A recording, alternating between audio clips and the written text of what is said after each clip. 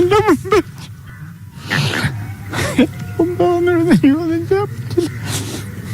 ഞാൻ അവിടെ എത്തി, അവളിവിടെ എത്തി. ഓടിയിട്ടാണ് മക്കൾ ഓടി വന്നു.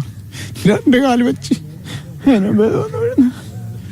ഒരു സൈഡിൽ തലയടിച്ചു, വേറെ സൈഡ് സിമെന്റിൽ വന്ന് തലയടിച്ചു. കണ്ടോണ്ടിരിക്കുന്നു.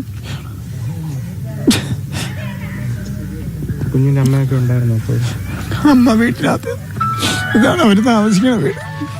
അത് കുടുംബം? അതെൻ്റെ വീട്. ഞാൻ അവർക്ക് ഈ വീട് ഞാൻ അവർക്ക് കൊടുത്തിട്ട് ഞാൻ അവിടെ താമസം. അവർ സന്തോഷമായിട്ട് കഴിയിട്ടു. അവൾ 2 നേരം വീട്ടിൽ വരും. രാവിലെ സ്കൂളിൽ ഞാൻ തന്നെ കൊണ്ടാക്കണം. വൈകിട്ട് തള്ള വിളിച്ചോണ്ട് വരുമ്പോൾ അവിടെ കയറി 5-10 മിനിറ്റ് നിന്നിട്ടേ വരുള്ളൂ. ഇന്നലെ അപ്പം ഞാൻ ഇല്ലായിരുന്നു. ഞാൻ ഇവിടെ വേണ കണക്കായി ഞാൻ അവിടെ എത്തി. ഒരു 3 ഞാൻ വയലിൽ, എനിക്ക് കൃഷിയാണ്. വയലിന് അവിടെ എത്തിയപ്പോഴും അവളിവിടെ എത്തി. ഞാൻ ഇത് ഉണങ്ങിയിരിക്കുന്നത് കണ്ടതേ ഇല്ല. അപ്പം അവളിവിടെ തന്നെ നിൽക്കുന്നത്. കോഴിക്കുഞ്ചങ്ങ് ചാടിയെന്ന് പറഞ്ഞ് ഇവിടെ നിൽക്കുന്നു.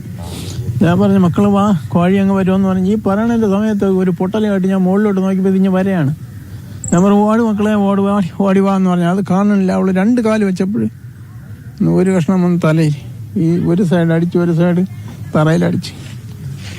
പിന്നെ അതിനുശേഷം ബോധം വീഴുന്നിട്ടില്ല. ഞാൻ ഇവിടെ നിന്ന് എടുത്തുകൊണ്ട് ഓടി വണ്ടിയിൽ കയറ്റി കൊണ്ടുപോകാമെന്ന് പറഞ്ഞാൽ അതുവരെ ഓടി. പിന്നെ എനിക്ക് ഓടാൻ പറ്റില്ല. പിന്നെ ഇവിടെ ഒരു പയ്യൻ വണ്ടി എടുത്തോണ്ട് വന്നു. അവനെയും തള്ളയും കൂടി ഒരു വണ്ടി കയറ്റി വിട്ടിട്ട് ഞാൻ പിന്നെ 2ാമതൊരു വണ്ടി പിടിച്ചാണ് നേറ്റിങ്ങരം.